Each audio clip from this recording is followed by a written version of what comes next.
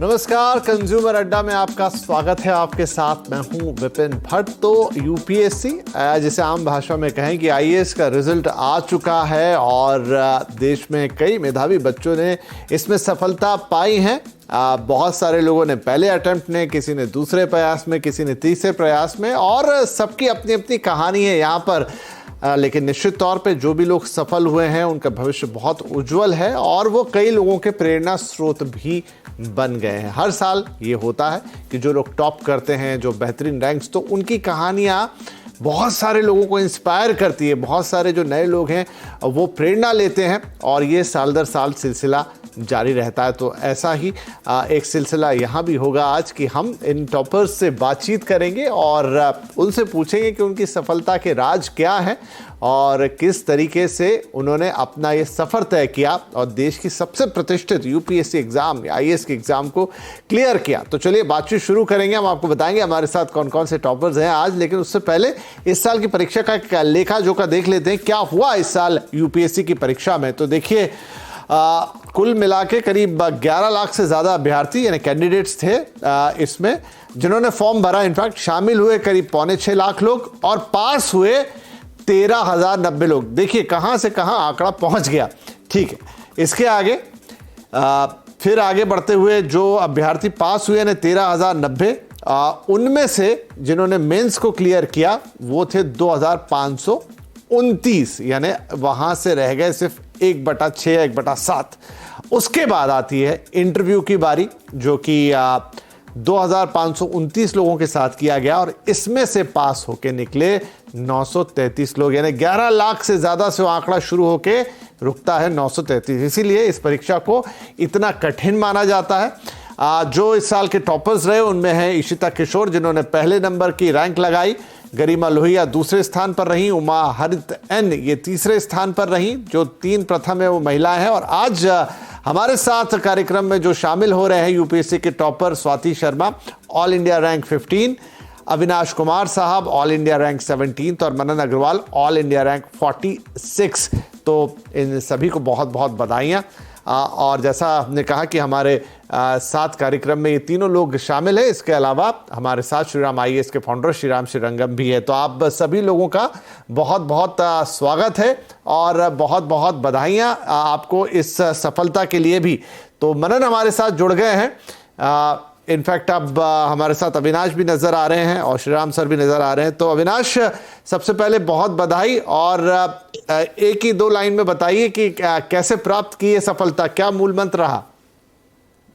जी बहुत बहुत धन्यवाद। और मुझे लगता है कि यूपीएससी जैसी परीक्षा में, जिसमें देश के सभी राज्यों से मेधावी छात्र शामिल होते हैं, तो ऐसी परीक्षा में पेशेंस ये 2 मूल मंत्र होता है। और जहां तक मेरी जर्नी थी तो मैं भी प्रथम 2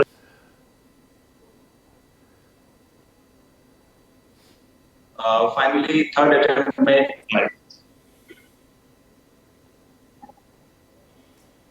जी ठीक है, हम आपसे और बातचीत करेंगे। थोड़ा सिग्नल भी तब तक बेहतर हो जाएगा। तो तीसरे अटेम्प्ट में जैसा उन्होंने कहा है कि इसको क्लियर किया। हम बता दें, अविनाश मूल रूप से बिहार के रहने वाले हैं, अररिया जिले से आते हैं और 7वीं रैंक उन्होंने हासिल की है और बहुत मेधावी रहे बचपन से ही। और ऐसे ही मनन अग्रवाल साहब है हमारे साथ, आईआईटी बॉम्बे से ग्रेजुएट है। मनन, बहुत बहुत बधाई आपको।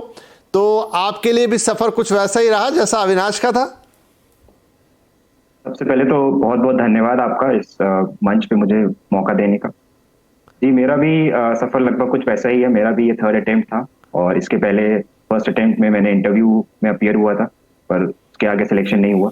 और 2nd अटेम्प्ट में मेरा प्रीलिम्स एग्जाम नहीं क्लियर हुआ था, पर इस बार 3rd अटेम्प्ट में fortunately with God's grace I have been able to clear this exam and so I think this has been a long journey with its ups and downs, but fortunately it has had a good end. चलिए हम आपसे detail में आपकी journey के बारे में बात करेंगे। श्रीराम सर, एक बात है, आप जो टॉपर भी हैं इस साल की इशिता, उनका तो जितना मैंने पढ़ा और मैं जानता हूं कि वो तो फर्स्ट 2 अटेम्प्ट में प्रीलिम्स भी क्लियर नहीं कर पाए थे, लेकिन 3rd में टॉप कर दिया। हमारी जो दोनों टॉपर्स यहाँ पे बैठे हैं, इनकी भी जर्नी कुछ ऐसी है कि कोई इंटरव्यू तक पहुंचा, किसी का तीसरा। क्या होता है एक बार ऐसा कि आपने बिल्कुल टच किया दूसरी बार में, तो वो हम जानना चाहते हैं जो आईएएस की परीक्षा तो नहीं देते लेकिन फैसिनेटेड रहते, क्या होता है इस दौरान, ये कैसे इंप्रूव करते हैं अपने आप को कि नेक्स्ट टाइम में टॉपर बन जाते हैं? ये तो बहुत सारे फैक्टर्स आर एट प्ले। ये जो knowledge is required, attitude is required, presentation is required, and you know the exam भी चेंज हो रहा है ना। ये जो प्रिलिमिनरी एग्जाम बहुत कठिन बन चुका है लास्ट फ्यू इयर्स में।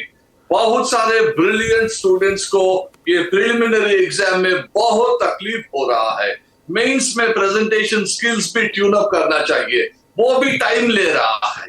इंटरव्यू तो टॉस अप है, यू नो, इंटरव्यू में बहुत सारे करंट अफेयर्स और योर ऑप्शनल और योर बायो डेटा, ये सब प्ले में आएगा।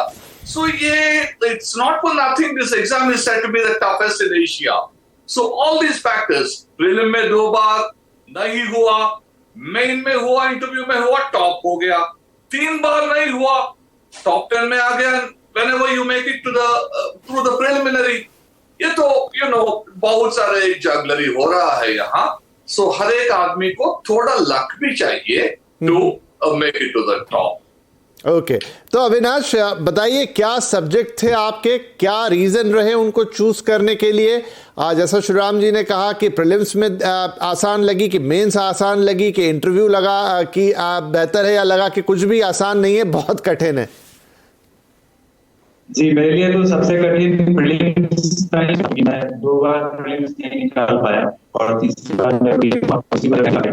तो और मेरा सब्जेक्ट फिलॉसफी ऑप्शनल था और फर्स्ट में चुनने के पीछे मेरी इंटरेस्ट थी फिलॉसफी में। हम अविनाश आपको ठीक से सुन नहीं पा रहे, कोशिश करते हैं कि आपकी लाइन थोड़ी और क्लियर हो। तब तक मैं मनन के पास जाता हूं। मनन, आपका तो बैकग्राउंड जो है वो आप IITian हैं, तो मैथ्स, फिजिक्स, साइंस, तो क्या आपने इन्हीं सब्जेक्ट्स को लेकर तैयारी की या आपने इनसे अलग कुछ सब्जेक्ट लिए, और अगर ऐसा है तो उसका रीजन क्या? जी, मेरा बैकग्राउंड भी है इंजीनियरिंग का, और मेरे स्कूल में भी मैथमेटिक्स मेरा फेवरेट सब्जेक्ट था। तो ये एक नेचुरल चॉइस थी कि मैंने ऑप्शनल सब्जेक्ट भी मैथमेटिक्स लिया इस एग्जाम के लिए, क्योंकि मेरी स्ट्रेंथ भी थी और मैंने सोचा कि जो GS का सिलेबस होता है उससे एक ब्रेक भी मिलेगा। जो जनरल स्टडीज का सिलेबस होता है उससे एक डिफरेंट सब्जेक्ट पढ़ के माइंड को रिफ्रेशिंग भी होगा मैथ्स पढ़ना। तो वो रीजन था कि मैंने मैथमेटिक्स चूज करी इस एग्जाम के लिए as an optional subject. And from the marks I think it has performed well for me, and so that's what how it went. और अगर हम बात करें कि प्रीलिम्स या फिर मेंस या फिर इंटरव्यू, आपको कौन सा पड़ाव सबसे चैलेंजिंग लगा? सर, मैं कहूंगा कि 2 अटेम्प्ट के बाद मैंने ये देखा कि मैं तीनों ही पड़ाव पे कुछ ना कुछ एक बार फेल हो चुका हूँ। तो जब तीसरे अटेम्प्ट में मैं एग्जाम दे रहा था तो मुझे तीनों ही पड़ाव बहुत मुश्किल लग रहे थे। हालांकि जब मैं 2 अटेम्प्ट ऑलरेडी दे चुका था, तो प्रीलिम्स में मैं सेकंड अटेम्प्ट में फेल हो चुका था, और मेंस और इंटरव्यू में मेरे फर्स्ट अटेम्प्ट में मार्क्स कम थे, जिसकी वजह से मेरा फाइनल सिलेक्शन नहीं हुआ था। तो सर, मैं कहूंगा कि सभी स्टेजेस पे, जैसे आपने पहले भी दिखाया कि सक्सेस रेशियो बहुत कम है। जैसे 5 लाख में से 13,000 प्रीलिम्स क्लियर करते हैं, और मेंस में भी 13,000 में से केवल 2,500 क्लियर करते हैं, और इंटरव्यू में भी आप टॉप 100 रैंक लाने के लिए अबाउट 4% का सक्सेस रेशियो है। तो इसलिए बहुत ही टफ कॉम्पिटिशन है इस एग्जाम में। तो किसी भी स्टेज को आसान कहना बहुत मुश्किल है यहाँ पे, और मैं कहूंगा कि सभी स्टेजेस मुश्किल हैं, बट अगर एक पॉजिटिव माइंडसेट के साथ और एक अच्छी स्ट्रैटेजी के साथ हम। तो मनन, यहाँ पे एक और सवाल मन में आता है कि आपने कहा कि कुछ भी, मतलब काफी कुछ अनप्रिडिक्टेबल लगा, आपका भी शायद यही अनुभव रहा कि आपको कुछ पता नहीं होता, आपको बस मेहनत करनी होती। तो इस बार जो तीसरा अटेम्प्ट था, आर यू श्योर कि आपको सीधा टॉप 50 में जगह मिलेगी? सर, थर्ड अटेम्प्ट में मुझे एक इंस्टिंक्ट ये था कि ये इस बार सबसे अच्छा एग्जाम हुआ है मेरा तीनों ही स्टेजेस में।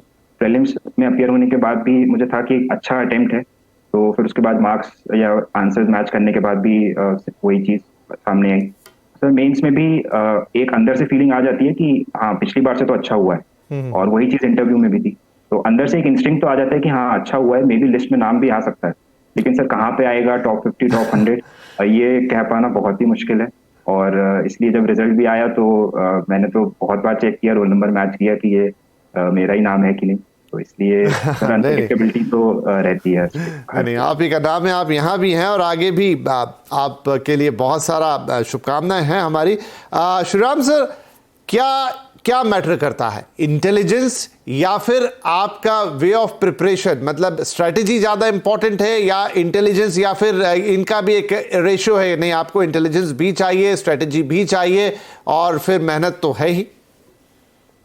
ये जो intelligence world is flat, everyone is intelligent, intelligence में ज्यादा डिफरेंस नहीं पड़ेगा। हर एक आदमी डिफरेंट बनेगा स्ट्रैटेजी से। जो पढ़ना है, जो नहीं पढ़ना है, जो लिखना है वो नहीं लिखना है, वो बोलना है वो नहीं बोलना है, दैट इज एवरीथिंग। वो जो आदमी है वो नहीं, दे डोंट मेक इट, पढ़ते हैं, क्या पढ़ते हैं, कैसे पढ़ते हैं, क्यों पढ़ते हैं, किसी को मालूम नहीं है। मगर वो जो स्मार्ट आदमी को इंस्टिंक्ट बताएगा क्या करना है क्या नहीं करना, वो तो आज नहीं तो कल टॉप 10 में, टॉप 20, 50 में आएगा। स्ट्रैटेजी इज एवरीथिंग, क्या करना क्या नहीं करना। Intelligence is a common factor, everyone is equally intelligent here, particularly after clearing the preliminary, intelligence का डिफरेंस मैं मानता हूं उतना नहीं है। उसके बाद लक तो चाहिए, luck is very very crucial, that's a determinant, but that's there for everyone, that's a universal factor, right? But right. then strategy is everything, time management is everything, sources are everything, depth is everything. So ये क्या you can't call it intelligence. नहीं, बिल्कुल सही कह रहे हैं। तो अविनाश से पूछते, तो अविनाश, क्योंकि आपका भी तीसरा अटेम्प्ट में क्लियर हुआ, तो पहले से तीसरे तक आपने किन चीजों में बदलाव किया? क्या गलत हो रहा था पहले जो तीसरे तक आते आते सही हो गया? जी, जैसा सर ने बताया कि इस एग्जाम में लक का बहुत रोल है, तो खास करके जो प्रीलिम्स परीक्षा है उसमें मुझे लगता है कि लक का बहुत ही ज्यादा रोल है, क्योंकि 100 प्रश्न रहेंगे और उसी में आपका भविष्य तय होना होता है। तो 2 घंटे के अंदर या तो आप मेंस देने के लायक होंगे या फिर नहीं हो पाएंगे। तो उसमें जो मेरा पहला अटेम्प्ट था उसमें तो मैंने अच्छे से तैयारी ही नहीं की थी, क्योंकि मैंने नौकरी छोड़ी थी और 2 महीने बाद ही परीक्षा को अटेम्प्ट कर लिया था। लेकिन दूसरे अटेम्प्ट में मैंने ठीक से तैयारी करके परीक्षा को अटेम्प्ट किया था, लेकिन दुर्भाग्यवश उस बार मेरा नहीं हुआ था। और तीसरी अटेम्प्ट में फिर से मेरी स्ट्रेटेजी लगभग सेम ही थी, बस मैंने रिवीजन ज्यादा किए और थोड़े टेस्ट पेपर्स लगाए और फॉर्चुनेटली तीसरे अटेम्प्ट में हो गए सर। जी, तो अगेन जो सवाल मैं अभी थोड़ी देर पहले मनन से पूछ रहा था कि तीसरे अटेम्प्ट में आपने सब किया, रिवीजन अच्छा किया, लेकिन क्या इस रिजल्ट की उम्मीद थी कि टॉप 20s में जगह बनेगी? जी नहीं सर, ऐसी उम्मीद नहीं लगाई जा सकती है, और क्योंकि एग्जाम में इतनी अनसर्टेनिटी है कि हर एक कैंडिडेट अगले साल का फॉर्म भी भर कर रखता है। तो मैंने भी 2023 वाली फॉर्म भी भरी थी, और अगर मेरा नहीं होता तो मैं प्रीलिम्स में अपीयर भी होता इस बार। तो मेरे लिए भी एक सरप्राइज ही था कि ये 17th रैंक आना सर। नहीं, अब आपको प्रीलिम्स में नहीं अपेयर होना है, अब आपको अपेयर होना है लाल बहादुर शास्त्री एकेडमी में, जहां से आपको आगे जाना है और कोई बढ़िया पदभार ग्रहण करना है। तो मनन ये बताइए, अक्सर हम इंटरव्यूज में पढ़ते हैं कि कोई इतने घंटे पढ़ रहा था, कोई उतने घंटे पढ़ रहा था। ये पहले की अगर मैं बात करूं कि जब मैं कंपटीशन सक्सेस रिव्यू वगैरह में आईएएस के इंटरव्यू पढ़ते थे, लेकिन अब धीरे धीरे लोगों का ना थोड़ा चेंज हो गया है। मैं अक्सर अब पढ़ता हूँ कि नहीं, हमने 6-7 घंटे ही पढ़ाई की, बाकी हमारा तो सोशल भी काफ़ी है, हम सोशल मीडिया पे भी वक्त बिता लेते हैं, हम खेलते भी हैं, हम बाकी काम भी करते हैं। तो क्या वर्सेटिलिटी ज़्यादा बढ़ गई है कैंडिडेट्स में? प्योर टिपिकल हार्डवर्क एक की नहीं रह गया, अब थोड़ी सी अप्रोचेस डिफरेंट हो गई हैं? सर, इसमें मेरा ये व्यू है कि जैसा श्रीराम सर ने कहा कि इस एग्जाम में एक बार प्रीलिम्स क्लियर हो जाता है तो game is not about intelligence, rather about smart work, कि आप क्या चीजें पढ़नी है, क्या चीजें नहीं पढ़नी है, कितना लिखना है, कितना नहीं लिखना है। तो इसलिए वो टैक्टिक्स भी इम्पोर्टेंट है, और ज्यादा नॉलेज एक्यूमुलेशन करना उतना इम्पोर्टेंट नहीं है, कि रादर एफिशिएंसी भी इम्पोर्टेंट है इस एग्जाम में। तो अगर कोई 6 घंटे या 7 घंटे पढ़ के भी वो एफिशिएंटली आंसर्स लिख पा रहा है जो मेंस एग्जाम में रिक्वायर्ड है, या जो इंटरव्यू में ओपिनियन रिक्वायर्ड है कॉन्फिडेंटली डिलीवर कर पा रहा है, तो आई थिंक बहुत ज्यादा आर्ट्स के लिए स्लॉक करना जरूरी नहीं है, आप लिमिटेड आर्ट्स से भी कर सकते हैं। और सर सेकंड ये भी एस्पेक्ट है कि एक जर्नी थोड़ी लंबी रहती है, 1 साल में शायद पूरी ना हो, 2 साल 3 साल लगते हैं। तो एक मेंटल हेल्थ भी हमें फोकस करना होता है। तो अगर हम केवल पढ़ते रहेंगे तो, और सोशल नहीं रहेंगे या फिर खेलेंगे नहीं, तो फिजिकल फिटनेस और मेंटल हेल्थ भी इम्पैक्ट हो सकती है।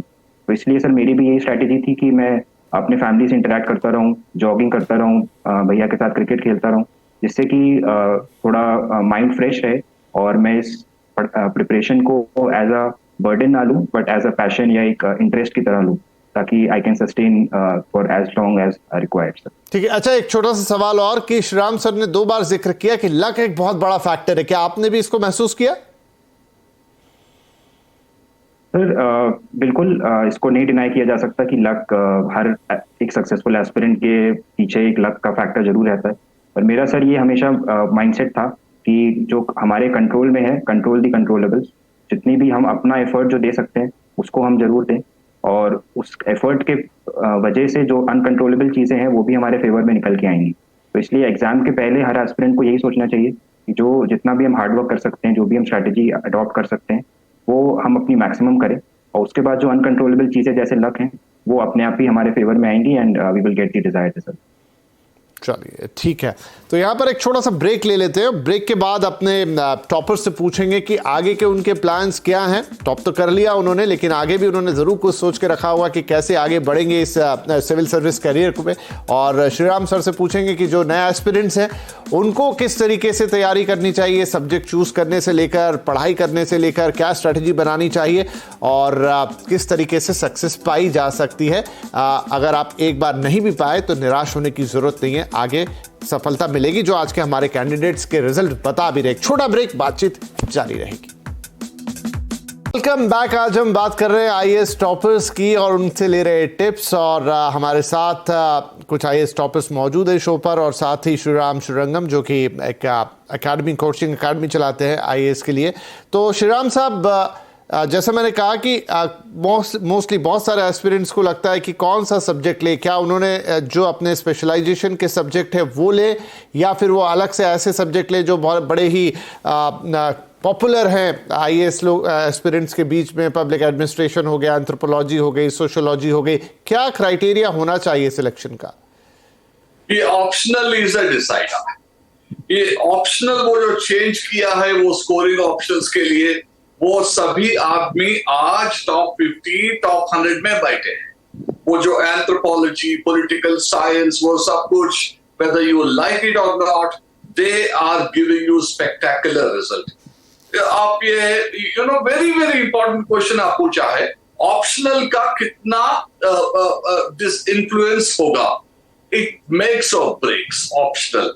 अभी इस साल हमारा बहुत सारे स्टूडेंट ऑप्शनल को चेंज करके वो जो बहुत सारे अदर ऑप्शंस वो ले रहे था मगर उनका सक्सेस नहीं मिला। अभी anthropology, political science, they are in wonderful ranks. So Vipin ji, optional is very very crucial and that can make or break. Of late ये जो फैक्टर है ना, सीजनैलिटी फैक्टर, ये इस एग्जाम में mathematics and so on, they are brilliant people, they are into mathematics and they make it. Electrical engineering people make it, but 90% of the aspirants के लिए anthropology, political science, sociology, ये तीनों subject have proved themselves to be इतना determinants है success के लिए। बहुत सारे आदमी हम देख रहे थे, इस आदमी को आईएएस मिलना चाहिए, नहीं मिला, क्यों? ऑप्शनल चेंज हुआ, एंथ्रोपोलॉजी को, पॉलिटिकल साइंस को, वो अभी तो he's in the prestigious Labas now. So you cannot exaggerate the importance of optional. This I'm very sure about. Okay, ठीक है।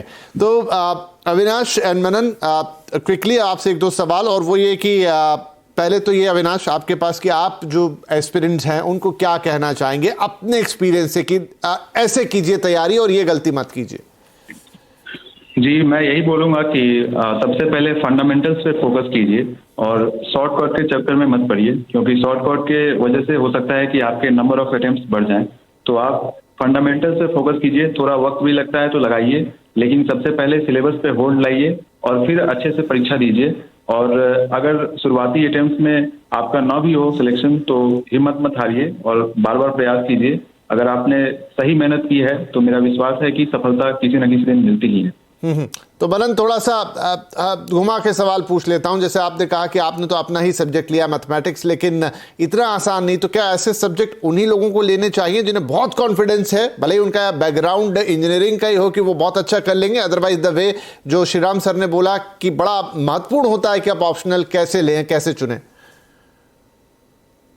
Sir I totally agree Shriram sir के साथ कि optional subject can make or break, and sir मेरे case में भी यही हुआ है।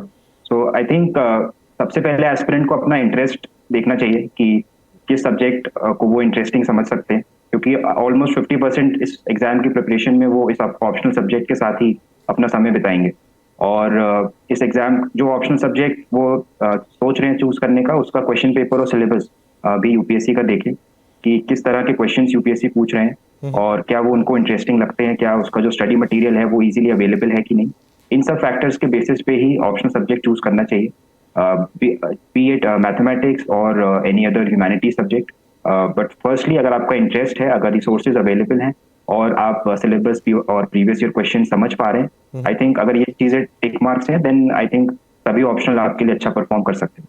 चलिए, बढ़िया है। तो मनन, लगे हाथ ये भी बता दीजिए कि अब तो आपको तो सफलता मिल गई है, यहाँ से आपके क्या प्लान है, कैसे सोचा है आपने अपना आईएएस का करियर यहाँ से आगे? सर मेरा ड्रीम था कि मैं इंडियन फॉरेन सर्विस ज्वाइन करूं और इंडिया को as a representative international stage पे जाऊं। तो I have filled IFS as my first preference and hopefully I would be selected in that. तो सर मेरा यही आगे आउटलुक है कि जैसे अगर आईएफएस में if I get selected, then to get trained as a diplomat और इंडिया को जहां भी जिस भी कंट्री में I can serve in that capacity. जी, बहुत शुभकामनाएं हमारी आपको कि जरूर आपकी ये भी इच्छा पूरी हो और आपने इतनी बड़ी सफलता हासिल की है। उसी तरह अविनाश, आपने क्या सोचा अपने लिए? जी, मैंने तो पहली चॉइस आईएएस दी है, तो होपफुली वो मुझे मिलेगी भी। तो मेरा कारण ये था कि मैं आईएएस के जरिए जन सेवा करना चाहता था और ऑन ग्राउंड कुछ करना चाहता था। तो फिलहाल तो जब लवासना में ट्रेनिंग होगी तो मेरा इरादा है कि ट्रेनिंग अच्छे से करूं और उसमें एक्सेल करूं, और उसके बाद जब सर्विस मिलेगी तो पब्लिक सर्विस के स्पिरिट से अच्छे से काम करूं और जन सामान्य की मदद कर सकूं। इसी भाव के साथ मैं काम करने की कोशिश करता हूं। बहुत शुभकामनाएं आपको भी अविनाश कि आप अब जिस पद पे जाएंगे आगे वो ऐसा ही होगा जहां पर आपको जन सामान्य की सेवा या उनके लिए ही सोचना होगा, और उसी लिए इंडियन एडमिनिस्ट्रेटिव सर्विसेज होते भी हैं। तो हमारी शुभकामना आपके साथ। At last Shriram sir, quickly, ज्यादा समय तो नहीं बचा, 30-40 सेकंड्स में अगर आप उन एस्पिरेंट्स के लिए कुछ बेसिक कह सके जिनको अब इस साल ये एग्जाम देना है ताकि एक सही डायरेक्शन उनको मिले। ये जो प्रिलिमिनरी हो रहा है रविवार को, आप बहुत चुप पड़ा है, ट्रिक्स ऑफ द ट्रेड आपको मालूम है, आपको मेमोरी है, रिकॉल है, be supremely confident. Confidence is a force multiplier. Be confident, everything will work out well, and adopt the technique of elimination. You will accumulate more marks. I wish you all the best. Main is much simpler than you think. Interview is even simpler than you think. Go with all the confidence in the world. ठीक है, तो confidence वो कुंजी है। खुद पे भरोसा रखिए, जाइए, आगे बढ़िए। मेहनत आपने की है तो सफलता क्यों नहीं आपको मिलेगी, और उसका जीता जागता प्रमाण हमारे दोनों टॉपर्स जो कि यहाँ पर आपके साथ में है इस वर्कशॉप पे, बहुत दोनों आपको, अविनाश और मनन, एक बार फिर से हमारी तरफ से बहुत शुभकामनाएं और बहुत धन्यवाद भी। और श्रीराम सर, आपको भी, आप तीनों ने वक्त निकाला और आज बहुत अच्छी बातें हुई हैं। आई थिंक बहुत सारे लोगों को इंस्पायर करेगी और आगे हम और बढ़िया रिजल्ट देखेंगे। बहुत शुक्रिया शो में शामिल होने के लिए। नमस्कार।